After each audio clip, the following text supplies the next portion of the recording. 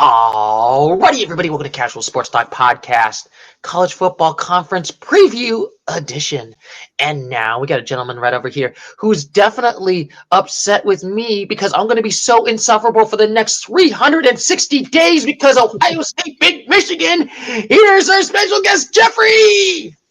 Thanks. First of all, Stuart, thank you for having me on your podcast. I was planning to prepare and come with lots of stats and facts for you, but I haven't done much of that, so you're going to have to carry the show tonight. Oh, don't worry. We're going to carry this show indeed right over here. So, Jeffrey, we're probably going to talk about it. So, what was your thoughts on the greatest rivalry week of all time right now? Probably might be the top 5, top 3 best rivalry weeks right now. Well, I don't think it was that good of a rivalry week. Obviously, the big game was Ohio State and Michigan. You're, of course, a Buckeye fan. I'm a Wolverine fan. I was actually in attendance at the game. Clearly did not go the way I was hoping it to go, or any Michigan fan was. Certainly not the way it's gone the last 4 years. But what can you say? They came in and really whipped up on the Wolverines. Oh, it was a beatdown. It was a massacre of Ann Arbor's, and yeah, we'll get to it. But we figured we might talk about a little bit about these other football games right over here this week. But did you have any thoughts on any of the other football games? I honestly feel like everyone else, to be honest with you, besides Texas A&M and Texas, I felt like all the rivalry games that was basically on the top spot. To be frank with you, I was not surprised what was the outcome. No, I think it was a lot of chalk. Were there any upsets? No, the only upset was A&M and Texas. Of course. Okay. Yep. That's a big That was one. the only. That was a Friday night game too, right? Yeah. Yes. Yeah. Yes. No, I was definitely surprised with that game. Arch Manning actually looked like, I think for the first time this year, he actually looked like a 5-star quarterback. So that was a huge win for them. But I'm not certain it's actually going to be enough to get him into the CFP. But if nothing else, it's a good launching pad into next year. Oh, it'll definitely be an interesting launching pad indeed in this one. So we're pretty much going to talk about a little bit of previews of some of the games. We could yada yada. I mean, let's be honest. We can't do a recap on Purdue versus Indiana. Let's be honest. Indiana whooped ass against Purdue. They boiled down on this one.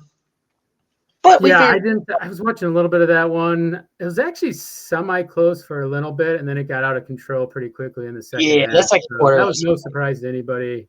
Indiana beating up on Purdue.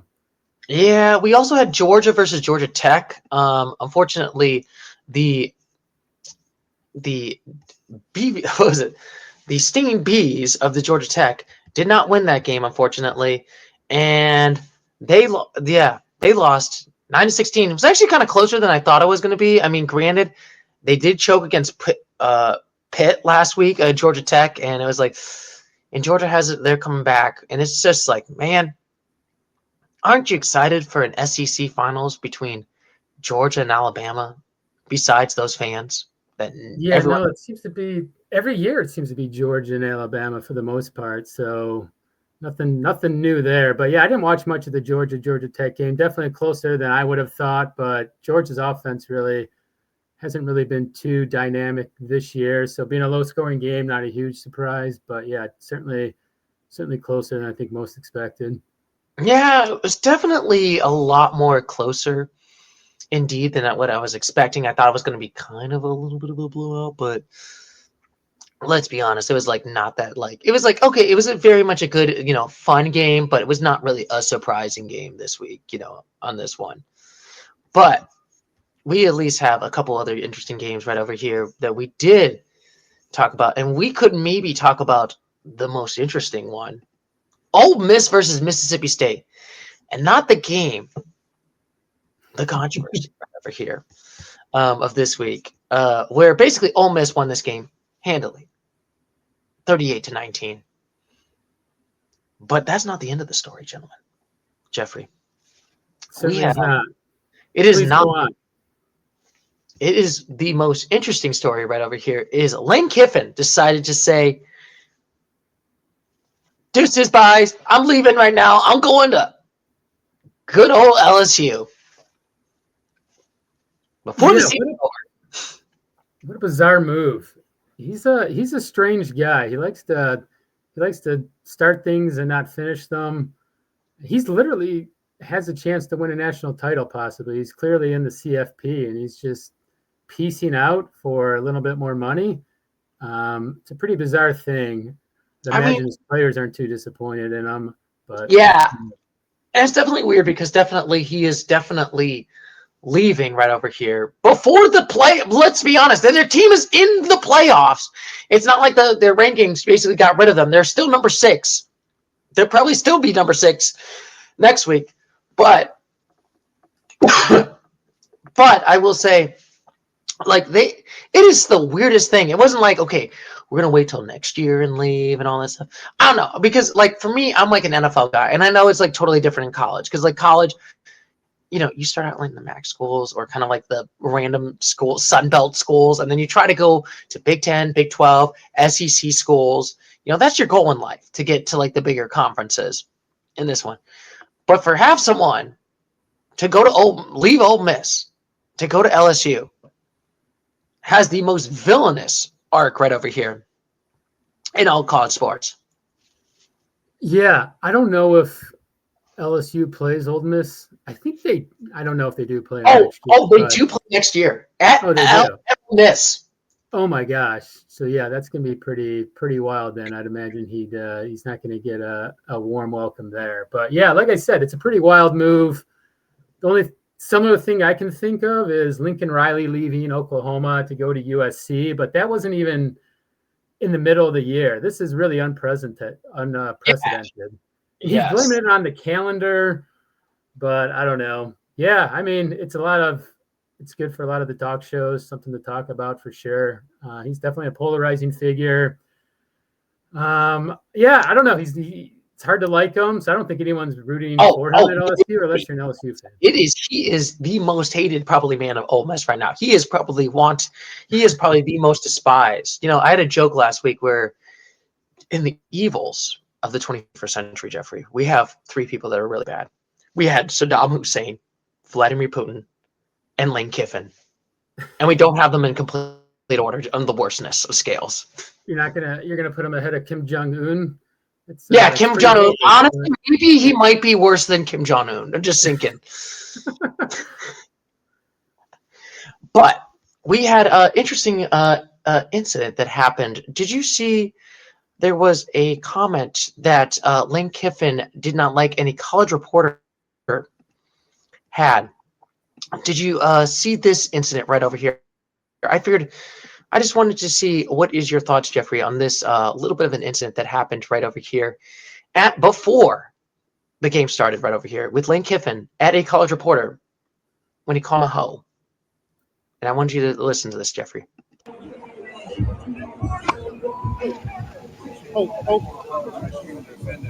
want to walk in here and call me a hoe? We'll see how it goes.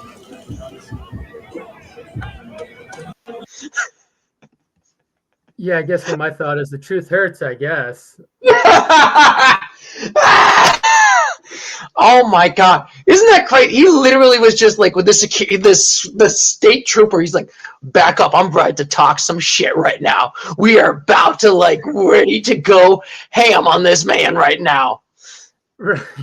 Well, you know, if he wasn't hurt by it or he didn't think there's some truth to it, you don't confront him. You just kind of ignore it. So the fact that he let a reporter get under his skin just kind of shows you that, you know, he felt there was some truth to it. But yeah, I don't know. It was pretty funny and accurate, I suppose. So, I mean, what's he supposed to say? I mean, he's leaving the team in the middle of a national title run. So, I don't know. I mean, it's a little unprofessional on the reporter's part, I guess. But, I guess he could have chose a different analogy. Yeah, instead of different analogies, but still, it's fun. It's fun. Yeah, I feel like it's super weird because I feel like it's like, okay, we're in the weird part of the internet, and granted, we're all super small and a niche supermarket, and it's I've always had the same feeling. I would probably say this the same to someone's face. For instance, I hate Antonio Brown from the Steelers, right, from a passion. And always I kind of felt like that was a man that literally had multiple chances in life, had 3, 4, 5, 6, 7, 8, multiple chances, and basically people just like, and he always screwed it up and all that stuff. And I always feel like he's a piece of shit. I probably would say that to Antonio Brown. Would he punch me in the face? Probably. Yeah, he probably would. He's crazy enough for you to actually do that. So He might even try to throw a gun charge on me. You know what I mean? Or try to attempt to do a shooting at an Aiden Ross boxing event and get charged with murder, attempted murder. Right. That guy's a crazy dude. Yeah, but we should probably talk. But I still think it is still weird that he just bailed really before the end of the season. I don't understand why he wouldn't just wait until the end of the year, just bail. I don't like that. I feel like it's a douche move. Absolutely. I think the reason. So he's saying he did it because. So I don't know if you know what today is, but it's in college football is National Signing Day, which basically where you sign your incoming freshman class. Mm-hmm. That's today, before they even play the conference championship games or the CFP. So for him to actually a lot of those guys wouldn't have signed with LSU if they didn't know who the coach would be. So he's setting himself up for failure. If he waits, plays out his season, then goes to LSU, his recruiting class will go to hell. So that's what he's saying. So that's like why he did. I think the timing of why he did it. So I don't know, but still, yeah, obviously a douche move. But it is. I don't see why LSU is so much better. Yeah, it's all about the money. It's all about the money, Jeffrey. I think the money was actually comparable. I don't know. I don't get it. Like I said, I think he's just a weird dude. He was been fired or something like that 3 or 4 times, all in like really weird circumstances too. So yes, probably it is so surprising that we never really have a big villain. I feel like in the college football world, and now I feel like besides like a Rivals. Right. I mean, you do Brian Kelly. No one liked Brian Kelly. No one really liked Harbaugh. That one guy from Arkansas that got in a bike accident with his mistress. Oh, yeah. I forget his name. Remember that? That was a few decades ago. Oh, that's hilarious. He's coming up to the press conference. He's almost like Tiger Woods style. When you got to come up to a press conference and apologize for your behavior, you're like Tiger Woods is like, I'm sorry, I had all these affairs or whatever he said. It was like the same thing. He was walking up there with a neck brace, just like apologizing to the whole university. I mean, and don't get me started on the whole BYU and the guy having Solani Sataki or no? Oh yeah, the guy beforehand. No, there was supposed to be a year that he went to Tulane now.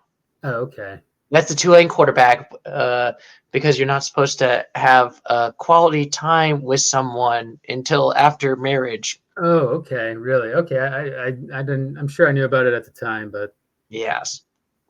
I mean, that was basically the interesting story in the summer. But I figured we might see their final farewell right over here. I mean, I wanted to let you know, Jeffrey, there was a nice final farewell to Mr. Lane Kiffin before he left to go to LSU. He was flying right here, and the Ole Miss fans were super nice to him.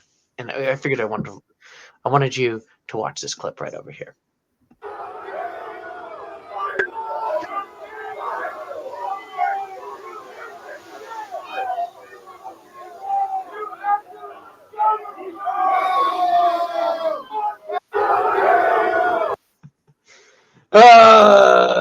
Aren't they very happy about it?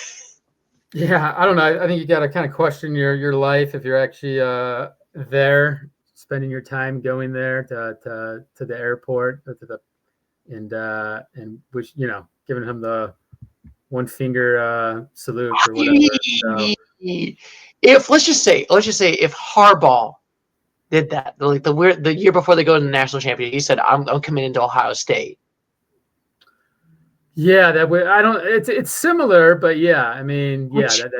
Would you kind of be like, F you? Yeah. Oh, absolutely. That's for the airport, of course. But yeah, no. Clearly, the reaction is appropriate. I mean, there's somewhere it's like, thanks for what you did for us. Good luck in the future. That's not one of these. No, Irish goodbye. Right. This one's very different. Very, very different. Yeah, he's Irish middle finger goodbye on that one. It was like the double bird of every. Oh my god! And then there was like one where literally everyone else was just like flipping him off and like, "Boo! Fuck you piece of shit! Go to hell, piece!"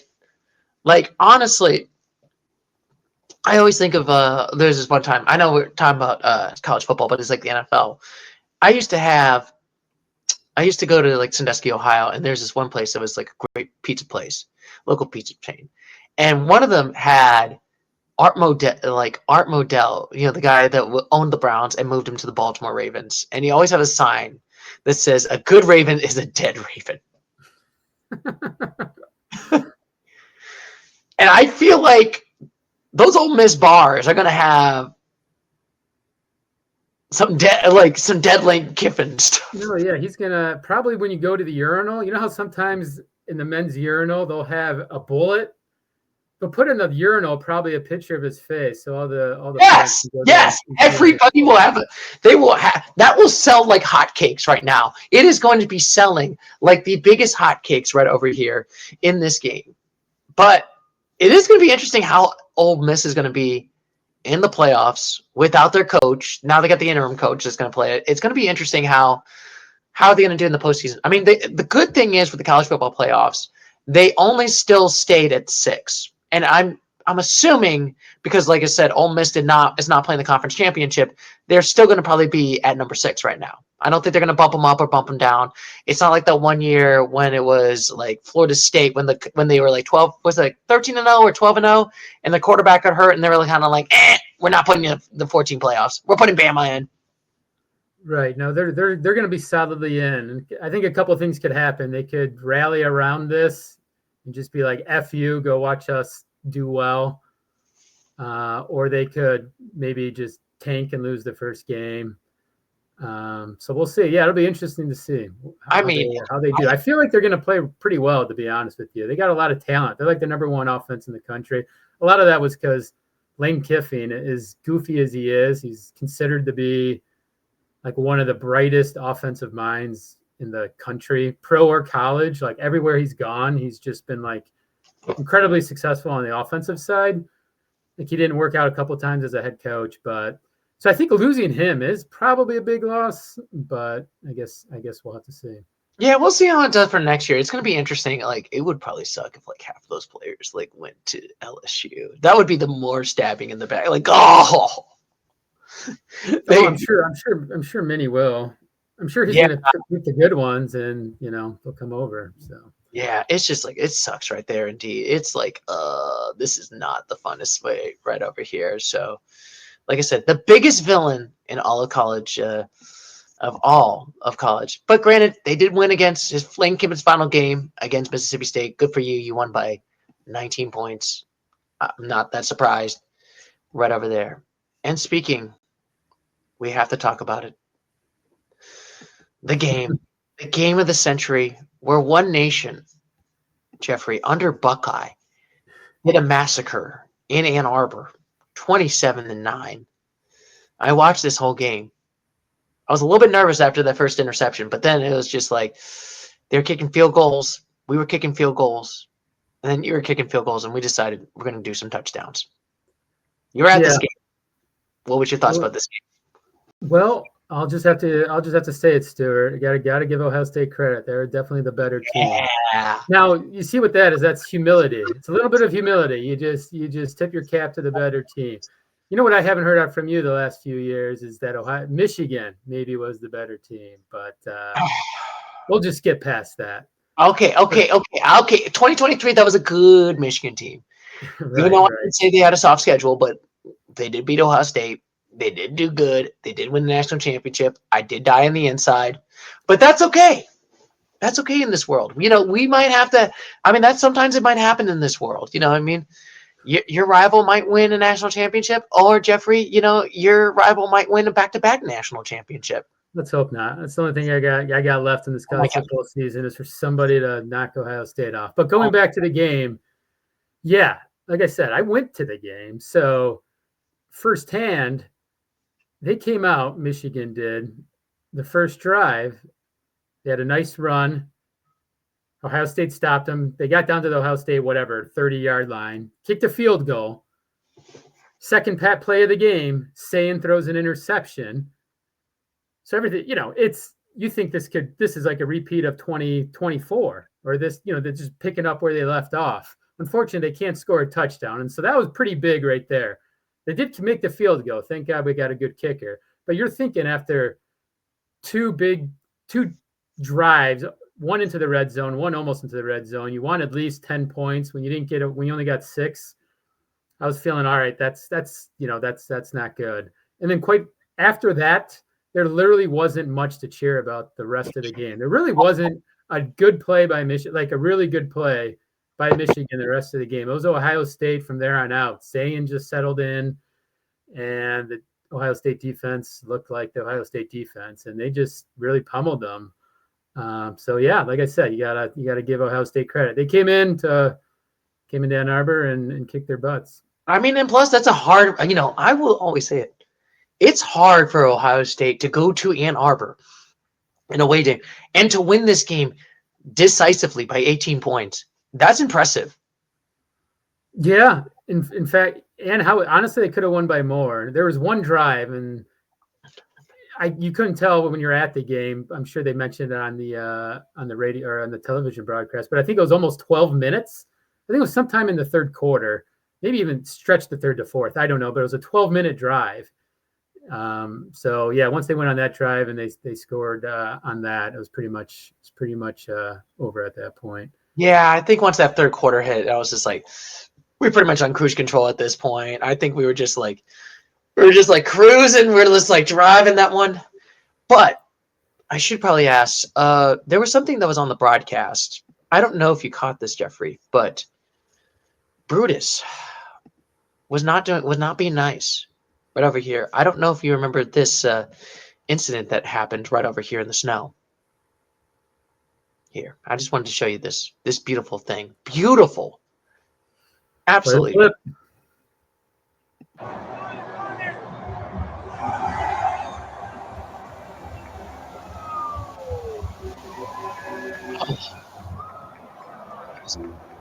Top 10 Facebook right now. And if you can look on this left right over here in the screen, do you see what they did to the M? When did he do that? You know what? I didn't see that. And it looks like all the fans are there, so it still must have been relatively early in the game. No, or maybe it wasn't even over. The fourth quarter when it was pretty much decisive. Oh, really? Really? Okay. Yeah, I mean, like I said, well, to the victor goes the spoils. So when you win, you can do stuff like that, and there's really not much you can do about it. So yeah. So the only thing you can do is just try to return the favor next year. But not a huge surprise that they were going to do something, that something like that was going to happen. And what can you do when you're getting your butts kicked? Yeah, and also I will say this, Jeffrey, you might see the M right there. The M got crossed out. Okay, it's about those crossing out those M's. I'll be honest. It's kind of a weird thing they got going there. Like when Urban Meyer won't even. He says that team up north. He's a grown man who has like coached football games, and he's like he won't even like say the word Michigan. And then if you go to their campus, they cross out all the M's. I'll just say it's a little bit of a weird tradition, but what do you expect? It was a beautiful troll. As someone that loves to eat, sleep, control, that was probably one of my that I tipped my hat. You could have said putting the flag in Ohio State was worse. I still say crossing the M by Brutus was worse. I don't know about that, but yeah. At Michigan, they crossed out the M. It is a pretty good troll because they have. I don't think they've ever done that before. They've won at Michigan, and I don't remember them doing that. Actually, this is why it just hit me because it was snowing. So it was never snowing before when they won. So there you go. The only reason they could do it is because it was snowing. How else are you going to do it? So, though, I should probably ask. I got some bad news, Jeffrey. We got to do some eulogies. Brr, brr, brr, brr, brr, brr. And it's about your Wolverines. Most likely, you have 0% odds of making the postseason. You're just going to make a bowl game where no one's going to remember in the next 2 years. I couldn't even tell you. I know they beat Bama last year, but I couldn't tell you what bowl game it was. Rely on Quest, but I can. But yeah, I understand. Not many could. Yeah, I could not tell you. Was it the Park Top? If you could have told me it was the Right. Pop Tart Bowl or the Hawaii Bowl, and I would have been like, oh, okay, that makes sense. Motor Right. City Bowl. But still, but I will say for Michigan, like I said, you should probably do the eulogy. What is your thought about this season? I think you're probably not surprised on how the season ended up, to be honest with you. Well, so they finished 9-3. The problem is they beat all the teams they should have beat, and they lost all the teams that they had comparable talent. So when you think about the year, I guess I don't want to call it a complete failure, but I guess when you don't make the CFP, it's a failure. So despite winning 9 games, losing 3, you lost to the teams that mattered, and you lost to your biggest rival. So the season is a bit of a failure. And like you said, no one's going to remember whatever happens in the bowl game. So you just turn your attention to trying to improve the quarterback. Bryce Underwood has to have a big off season. He did not look like the 6-star quarterback that he was touted to be. So you're just going to have to come back next year with hopefully a better quarterback and players that are older and hope for a different result. Yeah, I think you have a much more different better. And I always think about that, watching the Michigan games with you guys, Jeff, and all that stuff. I always felt like they were at least the only problem was, and I think even the games they won, besides like Michigan State, that was like a blowout. I feel like even the teams that were kind of bad, they were still super close. It was like way too close in comfort in this one. And it was like, it's kind of like one of those Ohio State years where it's like, why are we losing super close to like really bad teams? But then we still beat. It's like you had that, but yet you didn't even beat the good teams. Well, you're right. They couldn't even, like Northwestern they need to win on a last-second field goal. Purdue was close. Yeah, like Purdue was horrible. Like you should be beating Purdue by 4 touchdowns. So yeah, it's really weird that they weren't even close in the games they lost, and then the games they won, there's too many that were close. So I was just listening to some other podcasts, college football podcasts, and just whatever's on Twitter. And next year is really a make it or break it year for Sharon Moore. So if he doesn't make the CFP next year, he's probably gonna be looking for a new coach. So you think gun to your head, do you want to keep Sharon Moore, or do you want Sharon Moore out? Honestly, I've watched enough college football in my day to know when like you're gonna eventually turn it around and when you're not. I don't think I've liked him. I like the hire. I hope he does well. I think he's a good guy from what I can tell, but I honestly don't think he's the right man for the job. Yeah. And also it's going to suck because I feel like Sharon Moore is kind of having the same problem as sort of like the Ryan Day earlier years where it's just like, oh, that was only Urban Meyer's team, or, oh, that's only Harbaugh's team. I mean, you got Bryce Underwood, but still that's only Harbaugh's team and you're not really doing that good. Well, and plus, this is his first head coaching job. Like very rarely do you let someone who has no head coaching experience take over a prominent program like a Michigan or Ohio State or a Notre Dame. I mean, it does happen rarely, but it doesn't succeed a whole lot. I think Sharon Moore is only 40. I think he's like 39. I think he's only 40 years old. He may be 39, which is like incredibly young to be leading like the Michigan football team. So unless you're just like a savant, like very few coaches are, I would like him to kind of make all his mistakes at like a MAC school. Like go coach Western Michigan, go coach Bowling Green, go coach one of those teams. And then once if you prove yourself and you like go 11-1, then I think he would be a right hire. But they were kind of stuck to hire him after the 23-year Harbaugh bolted.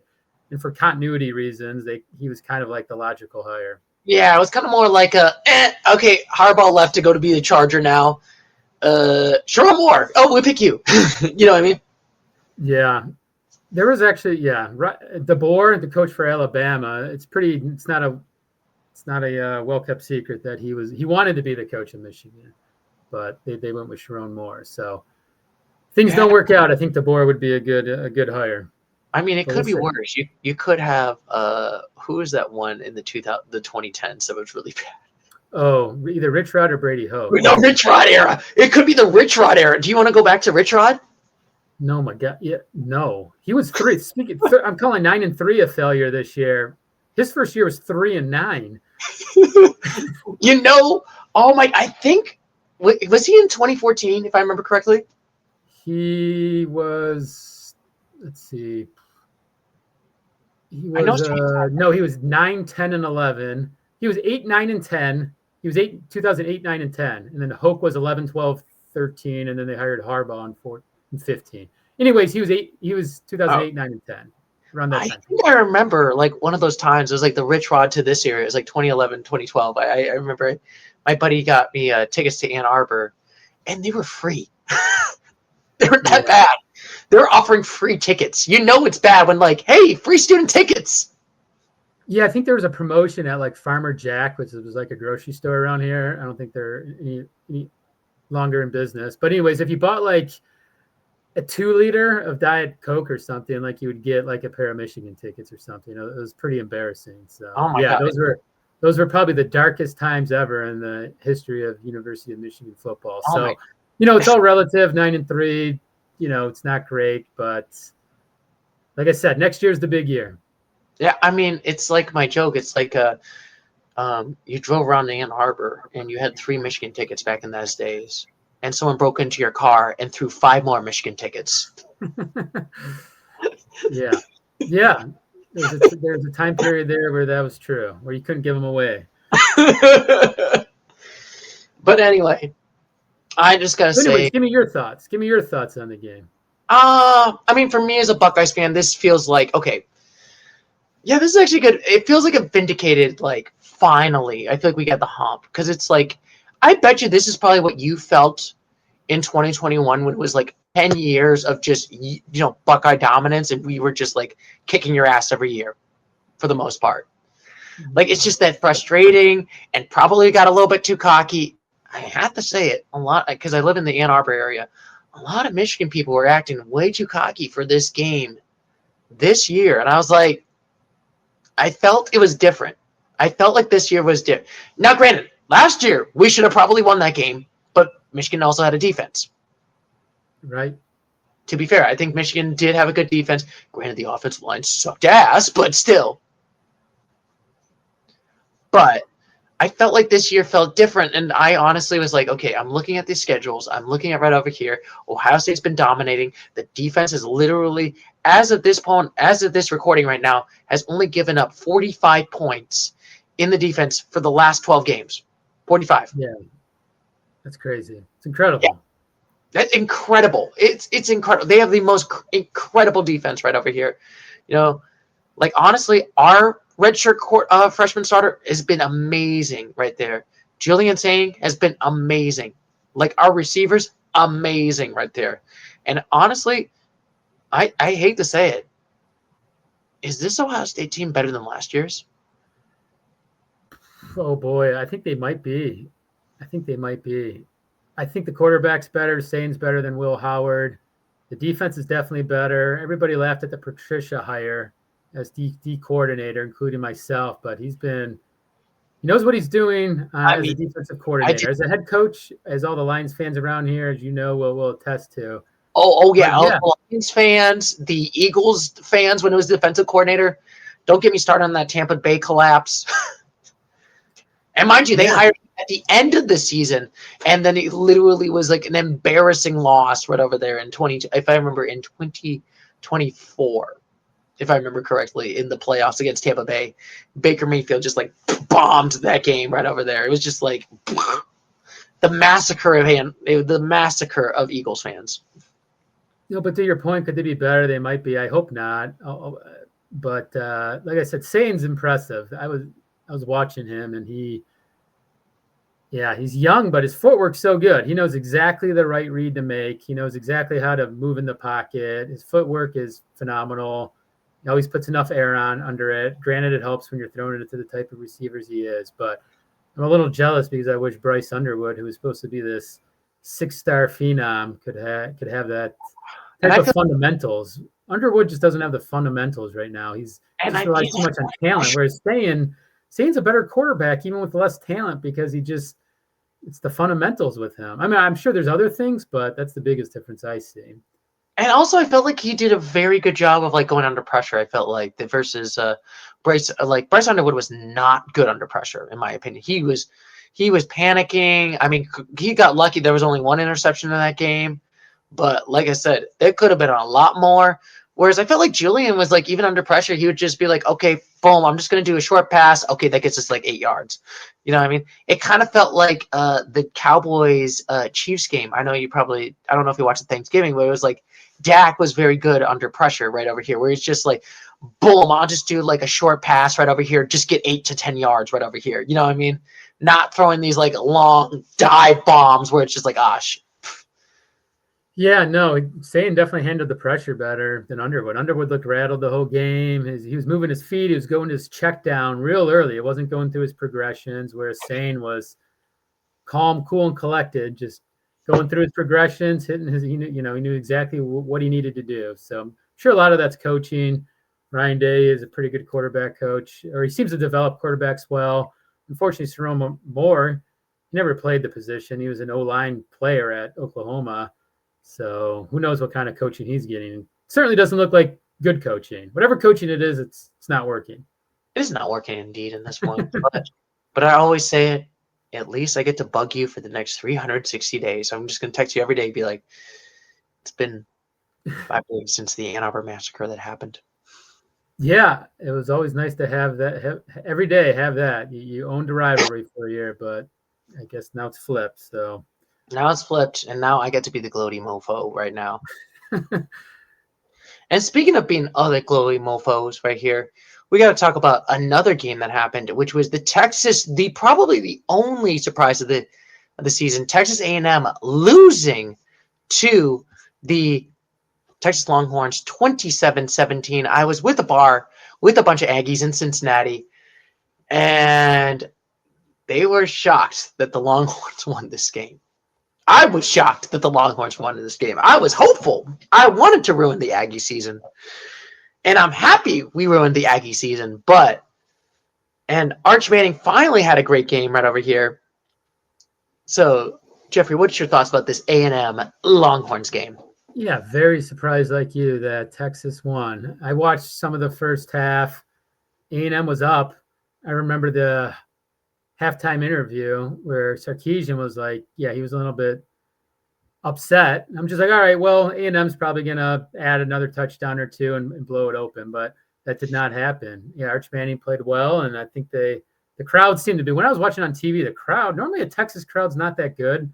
They're not known for being a good home field advantage, but they seem to be rowdy. They seem to be into it, and I think that helps somewhat. I think it was a night game, right?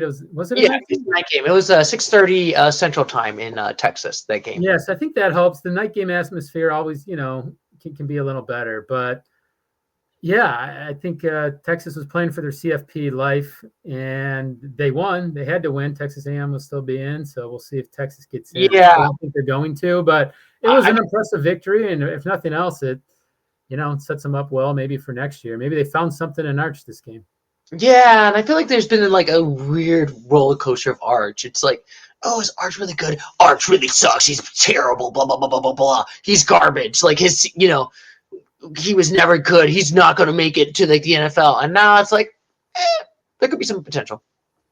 Yeah, I remember you and I. We actually watched the first game of the year. If you remember, it was like August. Oh yeah, Longhorns against Ohio State. Yeah, we watched that, and Arch just looked horrible. I mean, he literally was just like, this guy doesn't even belong on the field. Like, he's more of a MAC quarterback, if that. And then he actually looked, like you said, he's pretty competent. So maybe they found something in him. So yeah, and then hopefully like Arch does a little bit better for next year. I mean, granted, is the Longhorns going to make the postseason? Probably not. Like, they have like an 8% shot. We're probably going to put their eulogy right over here.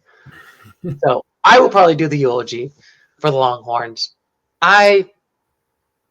I'm a little bit okay. It's a little bit disappointing with Arch. I thought Arch could be the man. Like, he's not better than Quinn Ewers last year, but there might be some potential for next year. I'm definitely hoping that next year Arch can definitely do good, bring the Manning destiny in his brain, and then be the Oracle like his grandpa started and go to New Orleans Saints as a quarterback. That would be hilarious. He's got a long way to go to be drafted by the NFL, but we'll see. I mean, I think he'll probably get drafted. He's gonna have to play a lot better next year to get drafted. Yeah, I think he's probably have to play a lot better next year. But like I said, now it is interesting because I believe the Aggies got dropped down all the way up to number 7 in the CFP college football playoffs right now. Theoretic, like I believe this one. Do you think they should have gone down to 7? Yeah, that's a little bit of a fall. I'd have to see who moved up ahead of them, but yeah, I think you want one of those top 4 seeds because you get a bye. So they would have been in store for a bye, which is quite a bit of an advantage, I would say. So now they're going to have to probably host a game in College Station, I would imagine, maybe against somebody like a Tulane or somebody, who knows. But yeah, I mean, they're still probably – I haven't watched much A&M. Let's be honest. It's Big Ten country. You don't see a whole lot of SEC games unless you're looking for them. It's mostly Big Ten. So I don't see a lot of Texas A&M. Elko seems to be doing a good job, their coach there. Yeah, they were impressive. They were one of the 3 undefeated teams going into the week, and then they lost. But, yeah, we'll have to see how they bounce back. Yeah, so I do actually have the Week 15. So Oregon's number 5, and then Ole Miss is 6, A&M is 7 right now. Okay, so it makes sense the teams that won. Oregon looked impressive. They won. So the teams that jumped them. Ole Miss looked impressive, so I can see them going up. And then, you have Ohio State, Indiana, Georgia. I think Alabama may be ahead of them. Yeah, Alabama's not ahead of them. They got 2 left. Yeah. Alabama's number 9 and Oklahoma's number 8. It's going to depend on what happens to this Georgia-Alabama game. That's going to be interesting. Georgia's number 3. Ohio State's 1, obviously, and Indiana's number 2. So it's going to be whoever's going to win that one basically gets the qualifier, and probably whoever's going to lose is probably going to get bumped down to like number 5. Yeah. And then maybe like one of the other team, like maybe Oregon's number 5. I don't know. That's going to be a weird one. Well, you're from Texas. Is this like a big rivalry, or used to be a? Yes. Yeah. Texas, and it was like a big rivalry. And then the previous college in my parents' generation, it was always Texas Longhorns versus Texas. And I always say it, like, Texas football is very, very, very important in that culture in Texas. Like how?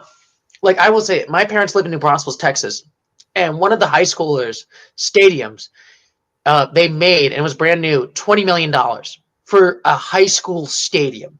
Not college. Not like a D3 college. High school. Yeah, no, they definitely take it seriously there. In fact, that's why I'm one of my bucket lists for college football is to go see a game at Texas A&M. I hear it's pretty crazy there in College Station because my understanding, there's not a whole lot to do in College Station. Oh, there's not. Don't get me started also in Texas Tech. There's nothing to do. That's the most boring school. And yes, I do have, like, my stepbrother's wife went to the Texas Tech, but I still tell her most boringest school ever because it's nothing but cornfields. Yeah. Opposed to Austin, where I think there's a lot more to do. But yeah, but hey, like I said, the good thing for an A&M season's not over. Unlike 2 years ago, where if you lost a game like this, Texas would have probably ruined A&M's season to make the top 4. I mean, just think if this game was 2 years ago, Texas would have ruined their whole season, and they wouldn't. I mean, could you made it the BCS era where it'd just be like Ohio State and Indiana, and then they would probably play against each other, and then we got to see what the results are, and then like, boom. Yeah, that was wild. I remember, back in the BCS era, they would calculate a number or something, right? I remember just like numbers like 93.4, 93.7. Isn't that how they selected it? I thought. Yeah. It was like the coaches poll, the AP poll, and then a computer that took like 1/3 percentage. And I always say it was the BSCS, in my opinion. I hated it. I hated it as a kid. Yeah, I hated it because it was always SEC, and then like Ohio State would make it once in a while, but it was always the same teams like Florida, Florida State. Oregon made it one year. Like I honestly think the only team from the Big Ten that made the BCS title game was Ohio State. I'm almost positive of that. Yeah, I think it was only Ohio State in that era. Mm-hmm. That one. And then also my parents' era, that was weird because it was like the coaches poll and the AP poll, and you had two different teams, and the two teams would win the national title, would get national. So you had like two national championships. This is like weird. Yeah. This is almost like you get a tie and you win the Super Bowl. It's like, no. Stop it. Yeah, I didn't mind that as much, but whatever. I mean, I don't know. I thought it made it unique in some ways. It led to just arguments, which was kind of good. I think one of the bad things about it now, there's nothing to argue anymore because it's always settled on the field for the most part. So it is going to be an interesting argument because maybe Miami feel like, hey, I should have gotten in this tournament. Like, how do we not make it in? Yeah, I don't know how that's going to play out. Are they going to put Notre Dame in over them? I don't know how that's all going to play out, but somebody's probably going to get upset because I think there's more teams that you could make an argument that are qualified than there are spots, especially when you have to have a power. What do they call it? G4 kind of. So they have like the G5. Yeah, the G5. Yeah, they get one team. So yeah, they're going to give like one or two the G5, and I think they have to do is they have to have the top 5 ranked college teams. So basically, the top 5 basically that make it in, and then 2 for the G5 basically. But this is going to be interesting when we talk about the previews for next week. I'll let you know that there might be some chaos right over here. But finally, we figured we got to probably go dead last right over here. Last but not least, we got to talk about one of those games, Alabama versus Auburn. I was hoping that Auburn would be Bama because I hate them Bamas. But unfortunately, close game to the chinny chin chin. Alabama scores a touchdown in 3 minutes and 50 seconds. To win this game. Go ahead. Sorry. And ruin my hopes. I wanted an Auburn win. It would have been hilarious. Yeah, I think Auburn's lost like 7 or 8 games in a row. Alabama's just dominated this rivalry for like a long time now. I don't know. I should probably look that up, but I think they've lost like 8 or 9 in a row. Yeah. You know what always surprised me? I remember when people used to say, Ohio State, Michigan is not the big rivalry. It's Auburn and Alabama's the biggest rivalry. It's like, I heard on the radio. I was listening to the radio, and they were debating. Whether the better or more fierce rivalries are interstate. Let's say like Ohio State, Michigan versus like intrastate, like being in the same state, like Alabama and Auburn. And it always seems, and if you go across the country, it generally seems that it's the interstate rivalries that are the more fiercest ones, like Michigan and Ohio State, and who else? Just like Florida, Georgia's a big one. Oklahoma versus Texas, that's an interstate. Right. Yeah. Right, because you don't have to spend time with those people. Like people you got to spend time with, you kind of got to like try to get along with, and you know them. Like I know Michigan State fans. Like a lot of them are my good friends. So it's like, I'm not going to like really hate them because, I know a lot of people that went to school there and all of that stuff. But, and they say a lot of it's like based on like geography. Like apparently like the reason why the Michigan-Ohio State rivalry is so bitter or so fierce is because of the Battle of Toledo. So apparently people like actually died in that battle. So apparently that's when like there started to be some bad blood between the two states. Yeah, I didn't know that until I heard that this week. Someone was mentioning that. I guess Michigan got the UP, Ohio gets Toledo, and I think there's a rivalry ever since that. So so it is going to be interesting. But Bama won this game, and they're chinny chin chin. Bama's back. Why do we live in this world, Jeffrey? I don't like this. I don't like this. Yeah, but Bama, they won and they beat Auburn barely, but this isn't a vintage Alabama team. I think you would agree. Like this isn't like Nick Saban's Alabama that they're just going to steamroll and go and win another national title. So yeah, it kind of sucks that they're actually going to be in the SEC title game, but I'm fairly confident they're going to lose first or second round in the CFP.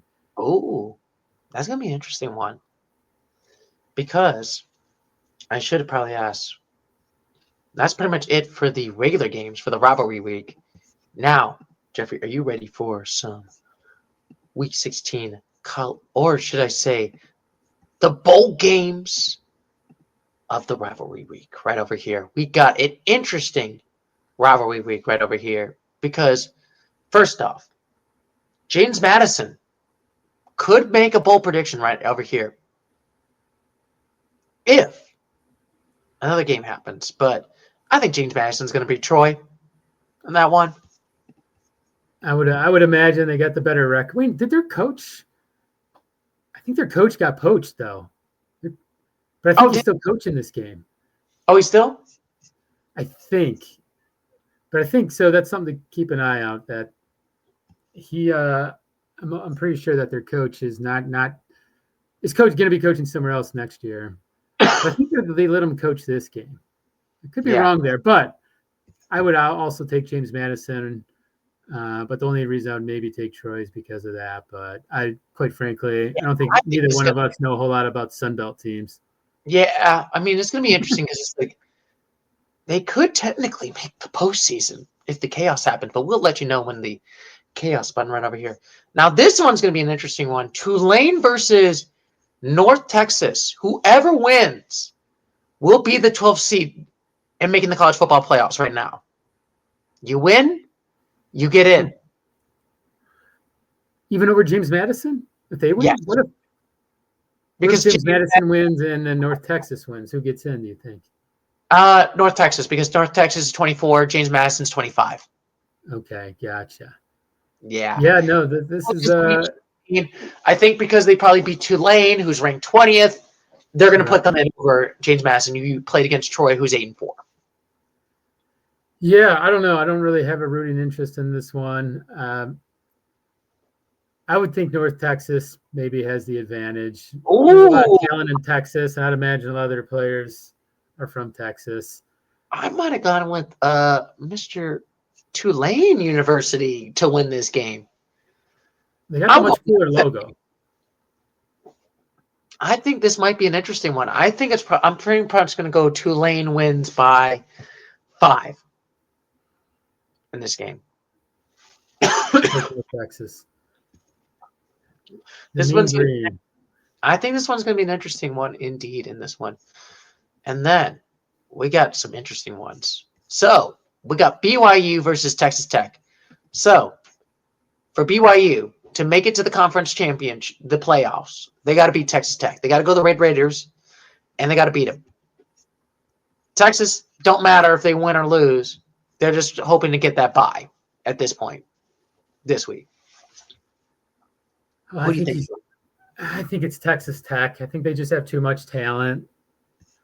They have a solid offense, a good quarterback. They've been more or less dominant for a good portion of this season. Like, look at that, West Virginia 49 zip. They've really been putting up the points, 48-9 UCF. Oh wow, look at that! I didn't even know that they already played. They already played BYU. Yeah, they played each other a month ago, and they beat them by like at least a decent amount, like a decisive victory. 29-7. And I should always say it, Jeffrey, 20 points or more is a decisive victory in football, in my opinion. So I think Texas Tech's going to win it. I think it might be a little bit closer, but I'm going to go like 15. Yeah, I think Texas Tech wins. Because it is a neutral. It is going to be in Jerry's world. So probably a lot of Red Raiders there. I don't know how many BYU Cougars are going to go to Jerry's world in Arlington in the Dallas region. It's going to be like it's going to be like a 90-10 advantage from a fan standpoint. Yeah. Even more reason to take Texas Tech. Yeah, I think Texas Tech is going to do it. And unfortunately, we'll probably do our BYU eulogy next week. I'm sorry. But then we got the chaos button right over here. Because the ACC is a tire fire, dumpster fire, absolutely disaster of a league. Let's be honest. You agree with this, Jeffrey, that the ACC is trash. Yes. And also, they're not doing it like the Big Ten now does it, where it's like the number 1, number 2, which I love to have that. I think that's more better. They are doing it with the conferences on the left and the right side. Duke made it in against Virginia. This is like all those years when like the Big Ten West would play like Ohio State or Michigan and just get slaughtered. Yeah, it's like, oh, we're gonna play against Iowa. Oh, okay, you're gonna lose.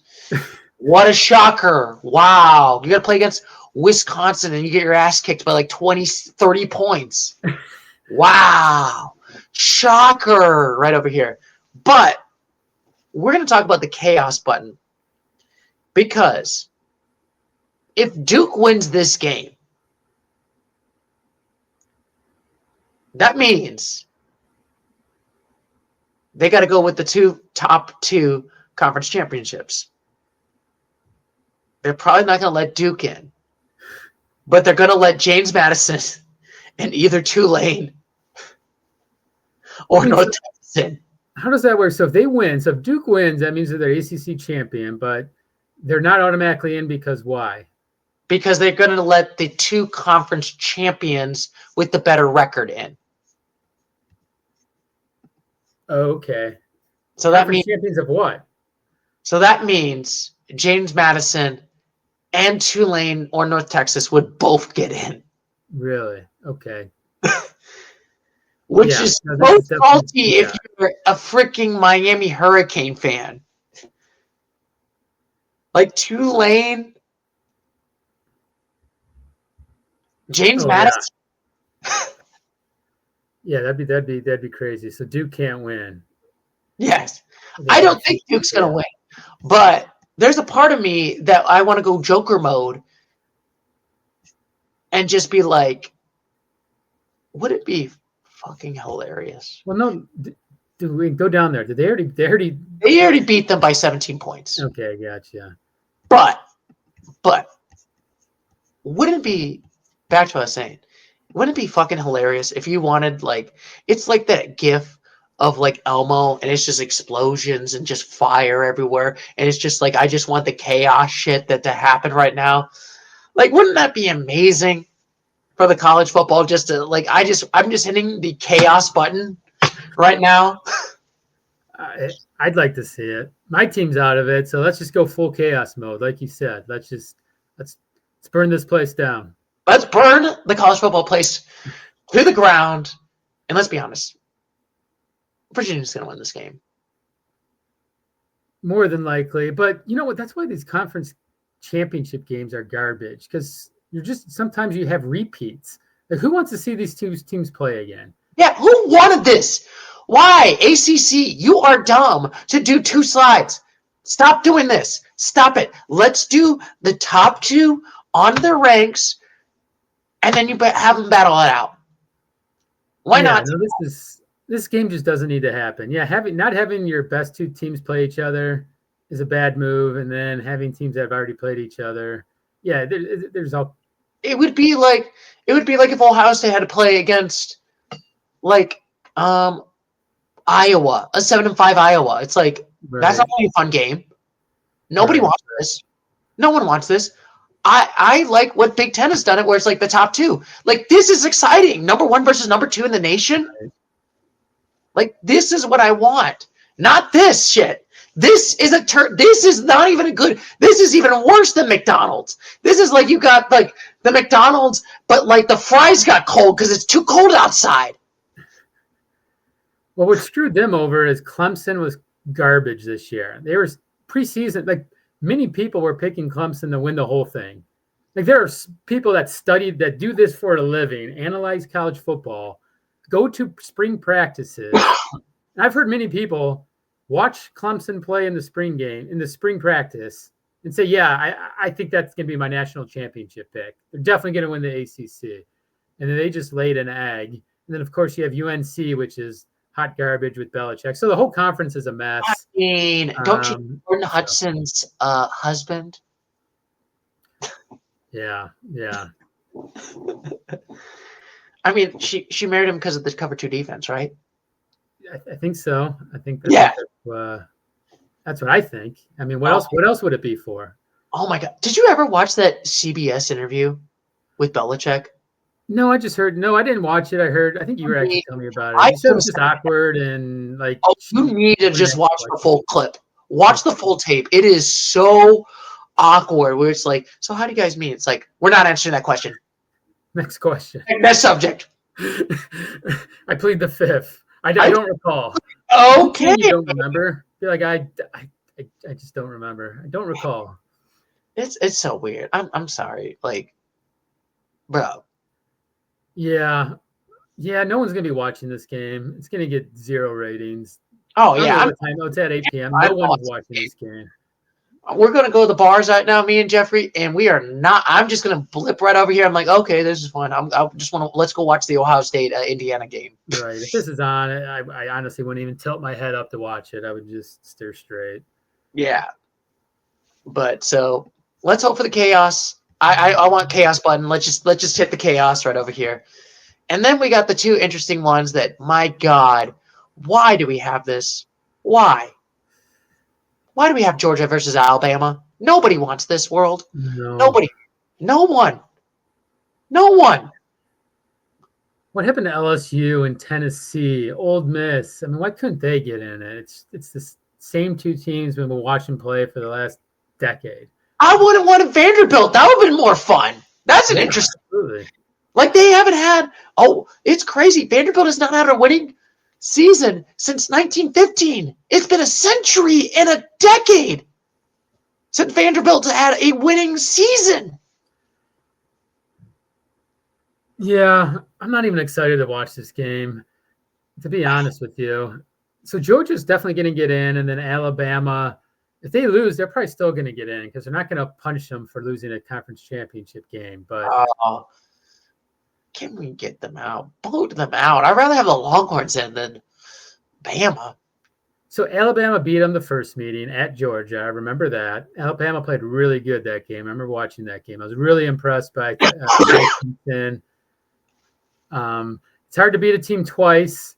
If I had to guess who wins, I'd say Georgia. Georgia's actually been playing decent ball lately. I know they didn't beat Georgia Tech by a lot, but before that, they were playing pretty decent. So I think Gunnar Stockton is going to have a game, and I think they find a way to get it done. Yeah, I think I'm going to go with Georgia. Yeah, me too. I think, and hear me out. I always feel like in college football, NFL, baseball, it's not how you start the season, it's how you finish the season. And I feel like Georgia's been playing a lot better at the end of the season than Alabama's been doing. Yeah. Look at that. They beat Florida, which Florida's not great, but it looks like it was. Anyways, they beat Florida. Mississippi State, Texas is a good win, even though Texas isn't great. They've only lost 3 games. So yeah. And then they lost to Georgia a little bit. But Oklahoma. So, but I definitely do feel like I think I'm going to go with Georgia. I think it's probably going to be a close scoring game. I'm going to give it like 3 to Georgia. Yeah, I'd say it's definitely going to be close. These teams, I think they both have too much talent. And I'm going to be honest, I wouldn't be surprised if Georgia wins it. I wouldn't be surprised if Alabama wins it. This one's a 50-50 coin flip. It really is. And the fans, where's it at? This one's always, is that in Atlanta? It's always yes. So it's the Mercedes-Benz, so it's the Atlanta Falcons Stadium. Right. That probably doesn't mean a whole lot. I mean, obviously Georgia probably have a little bit of an advantage there, but Alabama fans travel pretty well. So we'll see how it goes. And now this is going to be the interesting part. The most number 1 versus number 2, Ohio State versus Indiana Hoosiers. I know you're biased against my Buckeyes. I definitely am. I definitely am biased. If your life depended on it, who you're picking to win this game? If my life depended on it, gun to head, I'd have to unfortunately pick Ohio State. So if I have to be unbiased here, how can you bet against Ohio State? They've looked pretty good all year. How do you bet against Ryan Day in big games? Indiana, like, I get it. I'm still not convinced. I know I see it with my eyes, and they've played well this year, and they look the part. But they still got to prove that they can beat like a really good team for me to buy into them. Signetti, yes, I get it, and he's doing well, but this is really, they're still like a prove it team to me in this scenario. So I can't pick Indiana to beat Ohio State. So I'll unfortunately and begrudgingly pick Ohio State by a touchdown. Look at that. You're going for my Buckeyes. But I honestly, I'm trying to get my Buckeye bias away. Buckeye bias going. I feel like Indiana's very clutch when it's like neck and neck, especially that Penn State game. Like when they got that touchdown, that was a clutch move. Oh, it was. Like I still think Indiana still has that very good. Ohio State has that good defense. But I don't know. I'm 50-50 on this game. This one is going to be the real test. I think Ohio State had a little bit of a test with Michigan. Right. Let's be honest. This is their real test. Agreed. Oh, this is absolutely the real test. We thought Michigan was until after it's like, okay, they were so much better than Michigan. Now this is the real test. I would agree with you. It's in Indianapolis. So I have some friends that live in Indianapolis and Indiana, and they're now surprisingly big Hoosier football fans. Who could have guessed? But they're saying the whole state is pretty pumped up about it. So I think they're gonna have a lot of fans in Indianapolis on Saturday. Oh, Buckeye fans, we travel. They do, but I think it's going to be closer to 50-50 than you think. All I'll say is there's going to be a lot of red. There'll be a lot of red. Yes. A lot of red. Indeed, in this one. And this one's going to be interesting. I think, who do I pick?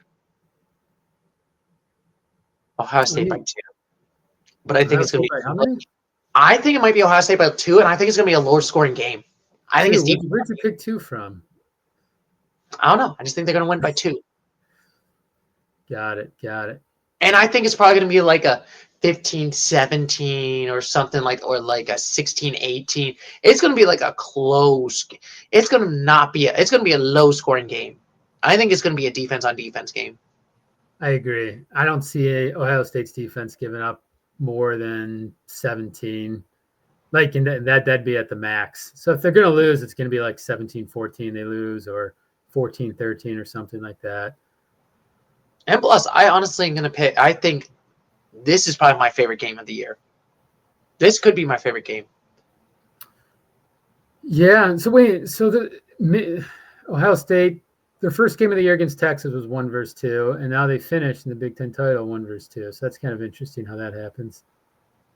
And look at this, they're still going to be dominant, and whoever wins gets a bye, and whoever loses has a home game next week, in 2 weeks. Yeah. That's going to be the crazy part about this. Yeah, whoever's going to win is probably going to be – it just depends on how they lose, but if it's like a close one, they'll probably get like the 5th spot, and then they'll probably have like a home game. Right. Well, let's see. Wait a minute. You got to put – whoever wins is going to be 1. I think they could still be 4, depending on who else would jump them. Like, who's going to be 2 then? Like, I'm trying to think. Like, okay, Oregon doesn't play, so Oregon's not going to move up. They don't play. Yeah, Alabama, Georgia would definitely be 2 or 3 if they won, for sure. Tech would probably be 3rd. What are they now? What are they now again? They're 4th. So Ohio State's right. 1. Yeah, 3rd. But I don't think there's someone for the 4th slot, unless I'm missing something. I feel like the team that loses could probably still get in at 4, I think, depending on how they lost, like you said. Yeah, I feel like if it's like a beatdown, like one of the teams just beats like a Buckeye beatdown, and Indiana just loses like 30 points, like, okay, you might bump them down to like the 7th or something like that, and then you're just like, okay, we'll give Oregon the slot. But yeah, I kind of agree. I think you probably put them at 4, but I think they'll probably put them at 5 right over there. Yeah, it's possible. It is possible indeed. And Jeffrey, look at this. That is it for the previews and the regular season recap right over here. Do you have any final thoughts? Final thoughts.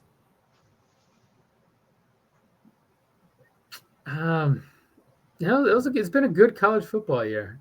I think moving to the 12 teams has created more good matchups week to week. It has just made it a more compelling product. So there's lots of like top 10 match. Every week it seemed like there was like a top 10 matchup. So I think that was good. I kind of don't like how it's basically becoming 2 conferences now, the Big Ten and the SEC. So I think the college football has to do something about that. But overall, I think college football is the most exciting sport to watch. So it should be a good weekend of championship games and then CFP games after that. So it's a little bittersweet. My team's not playing, so I definitely lose a little bit of interest when that happens. But I can always root against the Buckeyes. Boo! Boo! You know what? Buckeye Nation is about to win and going to win another national championship, and I will be the gloatiest motherfucker because all you motherfuckers in Ann Arbor, because I live in the area, all said Mickey Mouse Trophy. You couldn't beat Michigan, no Big Ten title game. You know what? I always say it. You know who also? I'm always thinking about this. The New York Giants in 2011 with the Eli, they didn't win the division. They didn't win the NFC East, but they won the Super Bowl. Do you think anyone's like, oh, asterisk Super Bowl, you only won or Brady's Buccaneers, oh, you didn't win the NFC South. You got an asterisk. You lost to the Saints in week 1. Like, no, you still won the Super Bowl, in my opinion. I still say it. You still won the trophy. You got it. Fair and square in my opinion. True, but you have to admit, it was a little bit unfulfilling last year in some ways that you didn't beat your rival and you didn't win the Big Ten. Hey, we got a ring. You have to admit in some ways it was. Ring, baby. See, like I said, you not flipping it off. First, you won't admit it. You won't admit it. I know you probably believe it, but you won't admit it. Nope. We got a ring. And hey, by the way, they haven't. I know you're talking about back-to-back champions, but what do they say? Don't count your chickens before they hatch, or something like that. Before they hatch. So, but we'll see. I mean, I definitely do feel like that there could be a possibility that they could do it, but we'll see. Maybe I might be wrong. Maybe I might be right. Maybe I get to be a Buckeye salty person next week. We'll see how it goes. So that is it. That is it for this week, Jeffrey. So next week we're pretty much going to talk about the 12-team playoffs, the conference championships. Will we have chaos, or is it going to be boring as hell? And then this week, at the same time, at the same place, we're going to do it as always. So as always, I'm going to catch you later, Mr. Gator. So as always, take care. Bye-bye.